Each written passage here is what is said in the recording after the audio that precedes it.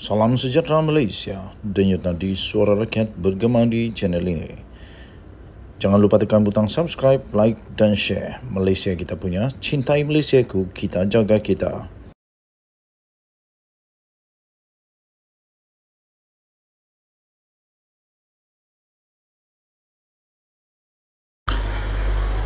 Salam sejahtera Malaysia, denyut nadi suara rakyat bergema di channel ini. Malaysia dikejutkan satu lagi keputusan terbaru yang pastinya mengejutkan seluruh rakyat Malaysia.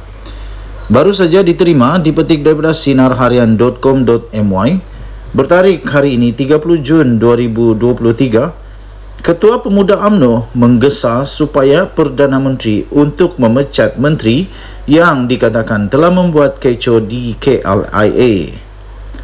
Berita penuh. Shah Alam, Perdana Menteri Datuk Seri Anwar Ibrahim diminta untuk mengambil tindakan tegas termasuk melucutkan jawatan seorang menteri yang didakwa telah pun membuat kecoh di lapangan terbang antarabangsa Kuala Lumpur KLIA.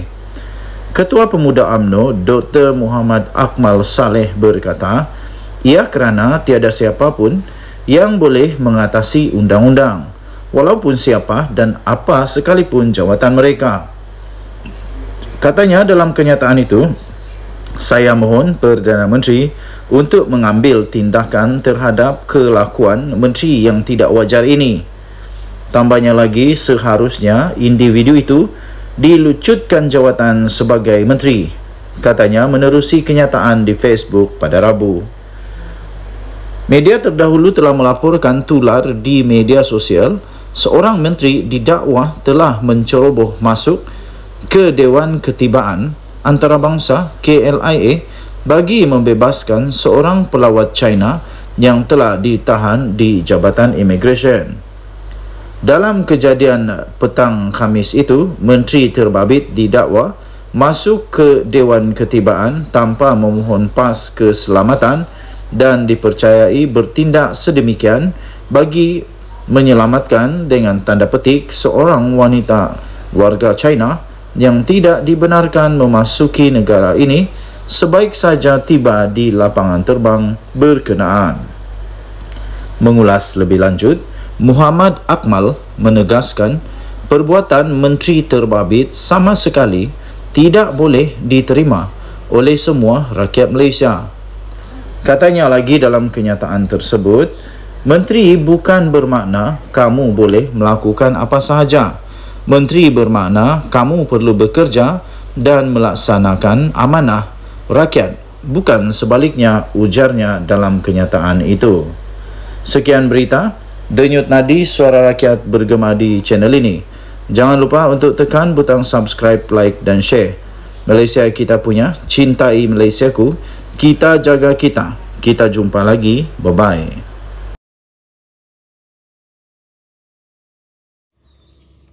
Salam sejahtera Malaysia, denyut nadi suara rakyat bergema di channel ini. PDRM membuat keputusan dan mengumumkan satu perkara yang amat mengejutkan pas di kala persiapan akhir untuk pilihan raya negeri. Polis di Raja Malaysia mengesahkan akan merakam keterangan daripada adun Kubu Gajah. Polis akan merakam keterangan Khalil Yahya berhubung poster palsu yang telah dikongsikan beliau di dalam Facebook miliknya. Polis akan merakam keterangan Khalil Yahya berhubung poster palsu mengenai pelantikan ahli Parlimen Seputi iaitu Teresa Hock sebagai pengurus Felda. Ketua Polis Daerah Brickfields iaitu Assistant Commissioner Ami Hizam Abdul Syukur berkata, ahli Dewan Undangan Negeri Adun Kubu Gajah itu dipanggil hadir ke Ibu Pejabat Daerah IPD Taiping Selasa ini.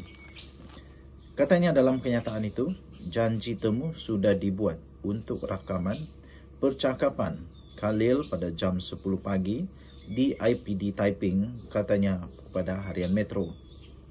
Harian Metro semalam melaporkan polis telah pun menerima laporan dibuat oleh Teresa Hock berhubung poster pelantikannya sebagai pengerusi Felda. Siasatan polis mendapati berita palsu itu berasal daripada laman sosial Facebook Khalil.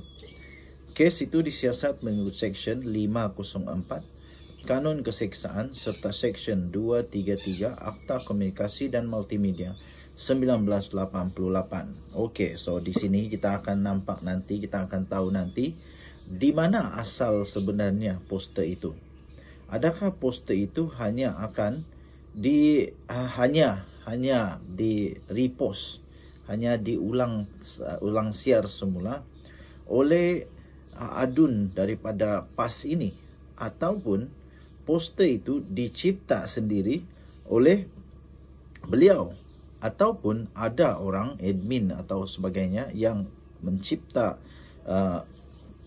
poster itu kemudian dipost oleh beliau. Dan nanti kita akan lihat, akhirnya nanti polis akan siasat juga siapakah yang pertama post poster palsu ini. Dan di sana nanti kita akan tahu kebenarannya.